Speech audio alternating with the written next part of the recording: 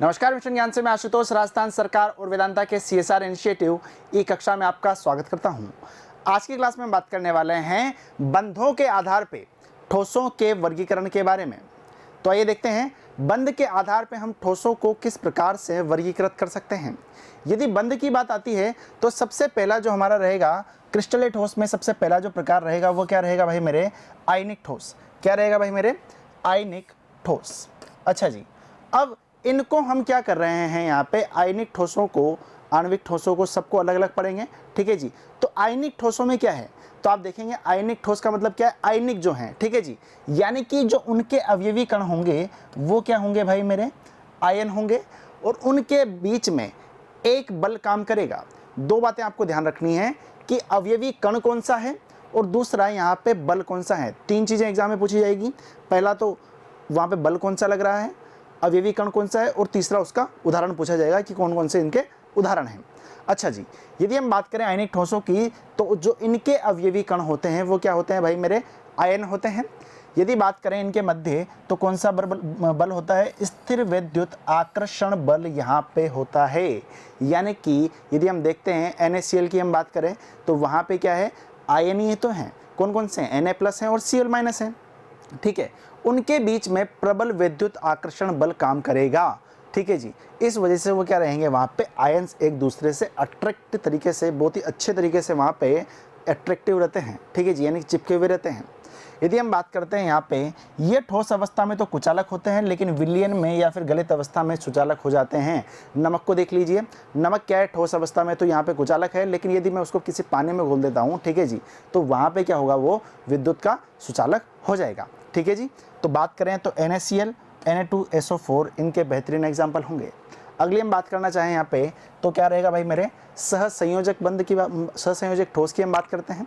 सहसंयोजक ठोस की यदि हम बात करते हैं तो ये किसके बीच में रहेंगे, तो आप बोलेंगे सर अवयवी कण जो रहेंगे, परमाणु रहेंगे, इनके बीच में एक बंध काम करेगा जिसे बोला जाता है सहसंयोजक बंध।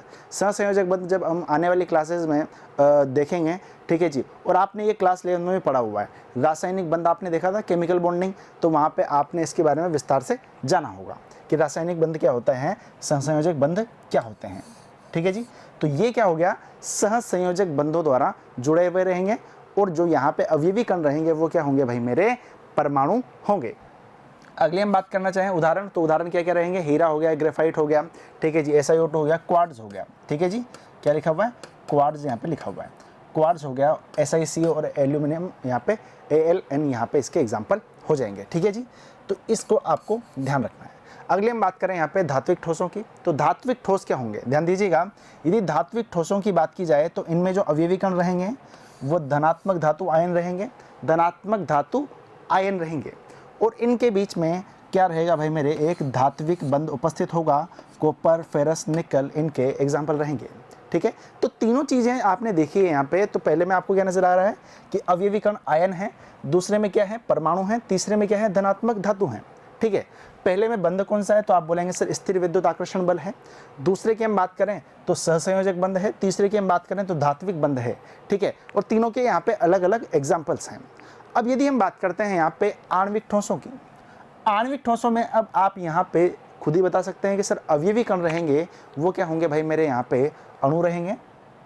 अवयवी कण क्या रहेंगे, अणु रहेंगे। ये अणु आपस में दुर्बल वांडर वाल बलों द्वारा जुड़े हुए रहते हैं। ध्यान रखना है कि जो आणविक ठोस रहते हैं वो किससे जुड़े रहेंगे, तो आप बोलेंगे सर दुर्बल वांडर वाल बलों की सहायता से ये एक दूसरे से चिपके हुए रहते हैं। ठीक है, अवयवी कण क्या रहेंगे यहाँ पे, अणु। यदि हम बात करें यहाँ पे तो क्या होंगे भाई, देखिए इसके एग्जाम्पल, ठोस CO2, बर्फ हो गया, आयोडीन हो गया, नेफ्थलीन हो गया। देखिएगा ये क्रिस्टल नरम होते हैं तथा इनके गलनांक क्या होते हैं, निम्न होते हैं। ये भी एग्जाम में आपकी क्वेश्चन आ सकता है 1 नंबर में कि किस प्रकार के क्रिस्टल नरम होते हैं और उनके गलनांक निम्न होते हैं। तो आपका एग्जाम्पल, आपका जो आंसर रहेगा वो क्या होगा कि जो आणविक ठोस होते हैं वो नरम होते हैं और इनके गलनांक भी क्या होते हैं भाई मेरे, निम्न होते हैं। पक्की बात है। तो चारों चीजें आपने देखी, चारों चीजों में आपने क्या देखा है यहाँ पे कि सर एक जगह अवयवी कण क्या थे, आयन थे। अगली हम बात करते हैं तो वहाँ पे क्या थे, परमाणु थे। अगली हम बात करें धनात्मक धातु। अगली हम बात करें यहाँ पे आणविक ठोस की तो अणु आ गए। ठीक है, यानी कि तीन चीज़ें ही इंपॉर्टेंट है। अवयवी कण क्या है, उनके बीच में बल कौन सा लग रहा है, किस बल से वो जुड़े हुए हैं, और तीसरा उनके एग्जाम्पल, उनके उदाहरण।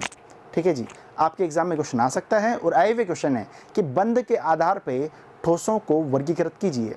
ठीक है, या फिर बोल रहे आपको कि आणविक ठोस के बारे में बताइए, सहसंयोजक जो आपका सहसंयोजक ठोस है उसके बारे में बताइए, धात्विक ठोस के बारे में बताइए। तो उनके बारे में आप यहाँ पे विस्तार से बता सकते हैं। अब आप देखिएगा यहाँ पे तीन ही चीज़ें हैं, फिर से देख लो भाई। एक तो अवयवी कण,